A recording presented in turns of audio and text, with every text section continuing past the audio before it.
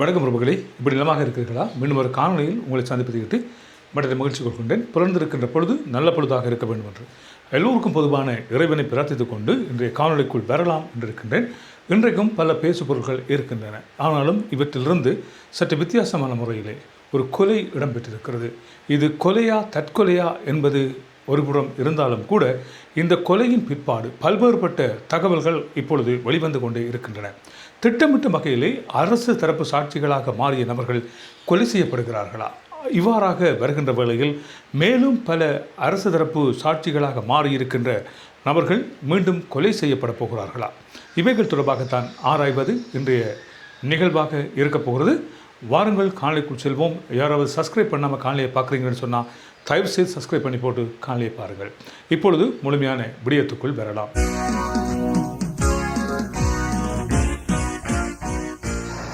என்னவென்று சொன்னால், உங்கள் பலருக்கு தெரியும், மஹிந்த ராஜபக்ச சிக்கி இருக்கின்ற மாபெரும் ஊழல். மஹிந்த கும்பலையே தூக்கி கூண்டோடு சிறை வைக்கக்கூடிய ஒரு பெரும் திட்டம் அம்பலமாகி இருக்கிறது. ஏர்பஸ் ஊழல் என்று சொல்லப்படுகின்ற அந்த ஊழலின் பின்னணியில் மஹிந்த குடும்பம் ஈடுபட்டிருக்கிறது என்பதை வெளிப்படுத்தியவர் தான் இந்த கபில சந்திரசேன. கபில சந்திரசேன இந்த தகவலை வெளியிட்டதன் பிற்பாடு பல்வேறுபட்ட விடயங்கள் நாட்டிலே நடைபெற்றிருக்கின்றன. இவர் கைது செய்யப்பட்டு சிறை வைக்கப்பட்டு இவர் பிணையிலே விடுவிக்கப்பட்ட வழியில் இவரை பிணை எடுக்க வந்தவர்கள் பிணை தொடர்பாகவும் இப்பொழுது பல்வேறுபட்ட விமர்சனங்கள் எழுந்திருக்கின்றன. யார் என்றே தெரியாத நபர்கள் வந்து இவரை பிணையில் எடுத்திருக்கிறார்கள். இவர்கள் இன்னொரு நபரின் உந்துதலின் பேரில் அவர் தெரிவித்ததன் அடிப்படையில் வந்துதான் இவரை பிணை எடுத்திருக்கிறார்கள் என்று தெரிவிக்கப்பட்டிருக்கிறது. அப்படியானால் இவர் திட்டமிட்ட வகையிலே கொலை செய்வதற்காக பிணை எடுக்கப்பட்டிருக்கிறாரா? ஏனென்று சொன்னால், மஹிந்த ராஜபக்ச குடும்பத்தை கூண்டோடு சிறை வைக்கக்கூடிய இந்த சம்பவத்திலிருந்து சாட்சிகளை அளிக்க வேண்டும். சாட்சிகள் இன்று நேற்று இலங்கையிலே அளிக்கப்பட்டிருக்கின்றனவா என்றால், காலமாக இலங்கையில் இடம்பெற்று வருகின்ற பல்வேறுபட்ட குற்றச்சாட்டுகள் தொடர்பாக, அந்த குற்றச்சாட்டின் பின்னணியில் யார் யார் இருந்திருக்கிறார்கள் என்பது தொடர்பாக, அந்த குற்றச்சாட்டை யார் செய்தார்கள் என்பது தொடர்பாக பல்வேறுபட்ட செயற்பாடுகள் வெளிப்படுத்தப்பட்டு வந்திருந்த நிலையில் திட்டமிட்ட வகையிலே அந்த சாட்சிகள் அங்கிருந்து அளிக்கப்பட்டிருக்கிறார்கள் என்று தெரிவிக்கப்படுகிறது. அப்படி இருக்கின்ற சந்தர்ப்பத்தில் இந்த நபரும் இவர்கள் சிறை வைப்பிலிருந்து காப்பாற்றுவதற்காக இவர் கொலை செய்யப்பட்டிருக்கிறாரா? அரசு தரப்பு சாட்சிகளாக மாறியிருக்கின்ற இந்த நபர்கள் தொடர்பாக அரசாங்கம் ஏன் சரியான ஒரு நடவடிக்கை எடுக்கவில்லை என்பதுதான் இப்பொழுது விமர்சனமாக மாறியிருக்கிறது. ஒருவர் கொலை செய்யப்பட்டிருக்கிறார். கொலை செய்யப்பட்டவர் இங்கே வந்திருந்த இடம் முன்னாள் கிரிக்கெட் வீரர் அரவிந்த டி சில்வா என்று சொல்லப்படுகின்ற அவரது வீட்டில் வந்துதான் இவர் சரளமாக மீட்கப்பட்டிருக்கிறார். அரவிந்த டி சில்வாவுக்கும் இவருக்கும் என்ன சம்பந்தம் இருக்கிறது என்பதை பார்த்தால், அரவிந்த டி சில்வாவும் இவரும் இரட்டை சகோதரிகளை திருமணம் செய்திருக்கிறார்கள். அதன் அடிப்படையில் அன்று இரவு அரவிந்த டி சில்வாவின் வீட்டிலே வந்து இவர் தங்கியிருக்கிறார் என்று சொல்லப்படுகிறது. மேற்புற பகுதியிலே தங்கியிருந்த வேளையில்தான் இவர் அங்கே இறந்தாரா அல்லது கொலை செய்யப்பட்டாரா என்பது இப்பொழுது கோட்டை நீதவான் தெரிவித்திருக்கிறார். இவரது இறப்பில் சந்தேகம் இருப்பதாக தெரிவிக்கப்பட்டிருக்கிறது. எனவே இவற்றின் அடிப்படையில் பல்வேறுபட்ட விசாரணைகள் முன்னெடுக்கப்பட இருப்பதாக தெரிவிக்கப்படுகிறது. எதிர்வருகின்ற 12ஆம் தேதி, இந்த 12ஆம் தேதி மஹிந்த ராஜபக்ச விசாரணைக்காக அழைக்கப்பட்டிருக்கிறார். அவர் அழைக்கப்பட்டிருக்கின்ற விசாரணை எதற்காக இருக்கிறது என்று சொன்னால், இந்த கபில சந்திரசேன தெரிவித்த தகவலின் அடிப்படையிலே இடம்பெறுகின்ற இந்த ஏர்பஸ் ஊழல் சம்பந்தமாக இடம்பெறுகின்ற விசாரணையாகத்தான் இருக்கப் போகிறது. அந்த விசாரணையில் சாட்சிகள் சரியாக இருந்தால் அன்றைய தினம் மஹிந்த ராஜபக்ச கைது செய்யப்படுவார் என்று எதிர்பார்க்கப்பட்டது.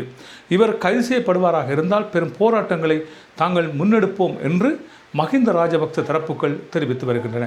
இப்படி இருக்கின்ற இந்த சந்தர்ப்பத்தில் யார் யார் இவற்றோடு சம்பந்தப்பட்டிருக்கிறார்கள் என்பது தொடர்பான விசாரணைகள் இப்பொழுது முன்னெடுக்கப்பட்டு வருகின்றன.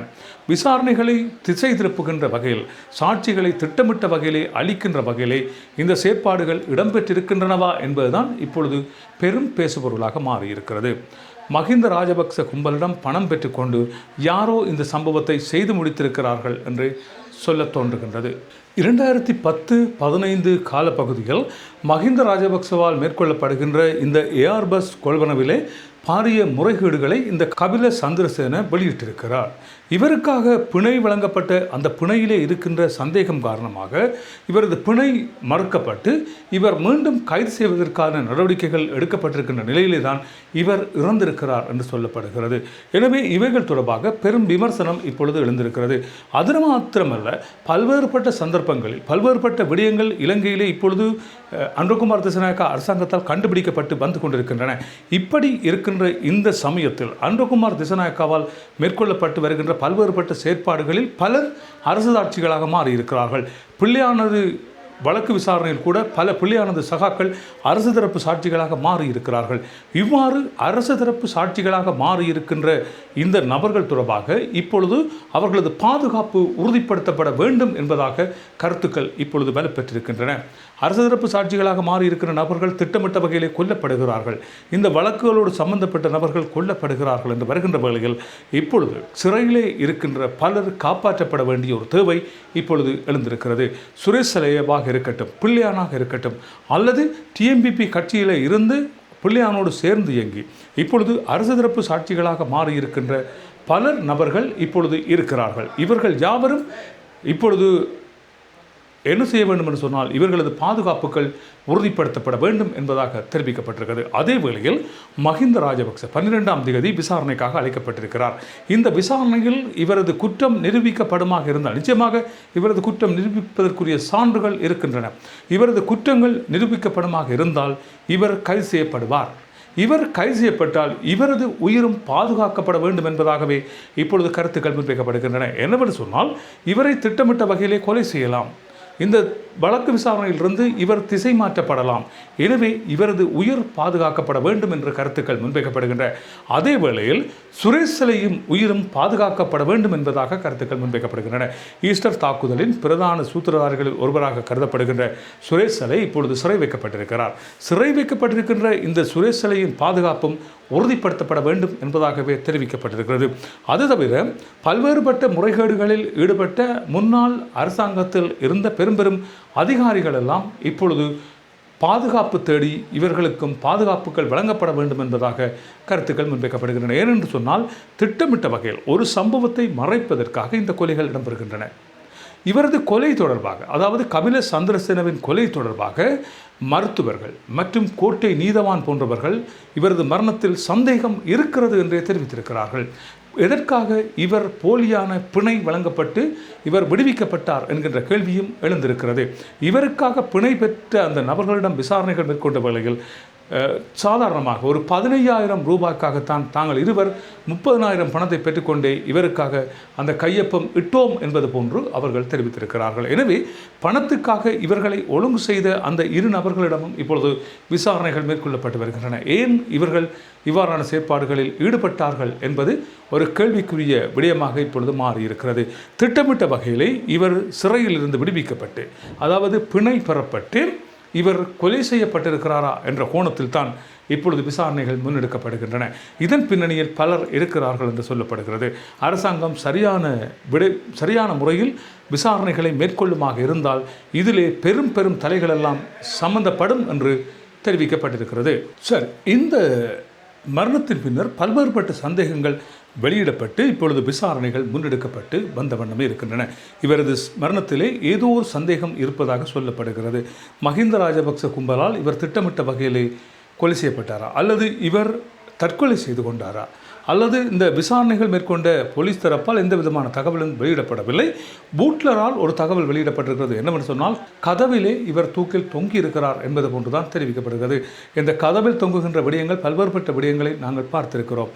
எவ்வாறு ஒருவரை கொலை செய்துவிட்டு அவற்றை தற்கொலையாக மாற்றினார்கள் என்றது பல்வேறுபட்ட காலகட்டங்களிலே நாங்கள் அறிந்திருக்கிறோம். இப்படியான ஒரு விடயமாக இது இருக்குமா என்பதுதான் இப்பொழுது பேசுபொருளாக இருக்கின்ற இதே வேளையில் விஜய் இப்பொழுது முதலமைச்சராக பதவியேற்றிருக்கிறார். பலரும் எதிர்பார்க்காத ஒரு நிகழ்வாக இவை மாறியிருக்கிறது. ஒரு சீட்டை வென்று காட்டட்டும் என்று எதிர்த்தரப்பிலிருந்து எக்காலமிட்ட பலர்களது வாய்கள் இப்பொழுது அடைக்கப்பட்டிருக்கின்றன. பெரும்பான்மை இல்லாத நிலையில் இவர்களது ஆட்சி அமையுமா அமையாதா என்று பல்வேறுபட்ட விமர்சனங்கள் எழுந்து வந்திருக்கின்ற இந்த நிலையில் விடுதலை சிறுத்தைகள் கட்சி தலைவர் தொல் திருமாவளவன் எடுத்த ஒரு முடிவினால் இவர்களது அந்த செயற்பாடு இப்பொழுது வெற்றி பெற்றிருப்பதாக தெரிவிக்கப்பட்டிருக்கிறது. எனவே விஜய் இப்பொழுது முதலமைச்சராக இருக்கிறார். தர்மமும் நீதியும் வெல்லும், ஆனால் ஒரு சில காலங்கள் எடுக்கும் என்று நடிகர் விஜய் ஒரு மேடையிலே முழக்கமிட்டார். அவர் முழக்கமிடுகின்ற வேளையில் கலாநிதி மாறனும் அந்த இடத்திலே இருந்திருக்கிறார் என்று சொல்லப்படுகிறது.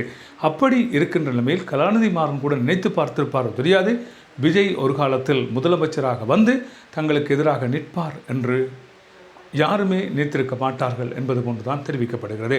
இப்படி இருக்கின்ற நிலைமையில் ஒரு நடிகராக இருந்து எம்ஜி ராமச்சந்திரனுக்கு அடுத்தபடியாக முதலமைச்சராக மாறியிருக்கின்ற ஒருவராக இவர் இப்பொழுது மாறியிருக்கிறார்.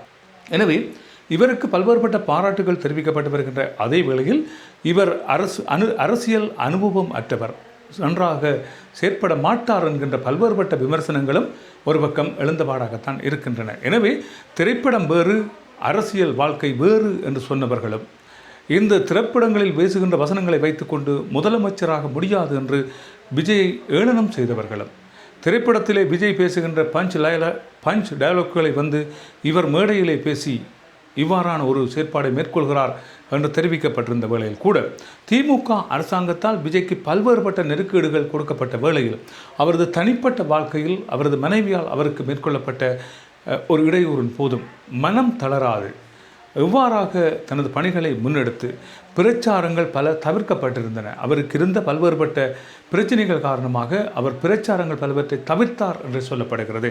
இப்படி இருக்கின்ற இந்த நிலைமையில் விஜய் 107 ஆசனங்களை பெற்று தமிழகத்தினுடைய முதலமைச்சராக இன்றைய தினம் பதவியேற்றிருக்கிறார். அவருக்கு உங்கள் சார்பிலும் என் சார்பிலும் வாழ்த்துக்களை தெரிவித்துக்கொண்டு தொடர்ந்தும் அரசியலில் பல்வேறுபட்ட செயற்பாடுகளை முன்னெடுங்கள் என்பதையும் தெரிவித்துக்கொண்டு, உங்கள் பலருக்கு தெரியும், செம்மணியிலே புதைகுழிகள் தோண்டுகின்ற பணிகள் 3ஆம் கட்டமாக ஆரம்பித்திருந்தன. 3ஆம் கட்டமாக ஆரம்பிக்கப்பட்ட இந்த புதைகுழிகள் தோன்றுகின்ற பணிகள் தற்பொழுது தற்காலிகமாக இடைநிறுத்தப்பட்டிருக்கின்றன. ஏனென்று சொன்னால் அந்த புதைகுழிகள் தோன்றுகின்ற இடத்தில் ஏற்பட்டிருக்கின்ற வெள்ள நீர்த்தேக்கம் காரணமாக மழை பெய்து வருகின்ற காரணத்தினால் அங்கே வெள்ளம் நிரம்பி வழிகிறது. எனவே அந்த வெள்ளம் வற்று வரைக்கும் இவற்றை முன்னெடுக்க முடியாது என்று தெரிவிக்கப்பட்டிருக்கின்ற நிலையில் அடுத்து வருகின்ற ஜூன் மாதம் 1ஆம் தேதி இந்த செயற்பாடுகளை மீண்டும் முன்னெடுக்கலாம் என்பது போன்றும் தேதிகள் குறிக்கப்பட்டிருக்கின்றன. எனவே இப்பொழுது தற்காலிகமாக அவை இடைநிறுத்தப்பட்டிருக்கின்றன. தொடர்ந்தும் வருகின்ற மாதம் அந்த செயற்பாடுகள் முன்னெடுக்கப்படும் என்று தெரிவிக்கப்பட்டிருக்கிற வேளையில் பல்வேறுபட்ட தடைய பொருட்கள் இன்றைய 3ஆம் கட்ட அகழ்வின் போதும் கண்டுபிடிக்கப்பட்டிருப்பதாக தெரிவிக்கப்பட்டிருக்கிறது. பெண்கள் அணியும் ஒரு மூக்குத்தி, ஒரு பிளாஸ்டிக் வளையல் மற்றும் பல்வேறுபட்ட பொருட்கள் அந்த இடத்திலிருந்து இப்பொழுது மீட்கப்பட்டிருப்பதாக தெரிவிக்கப்பட்டிருக்கிறது.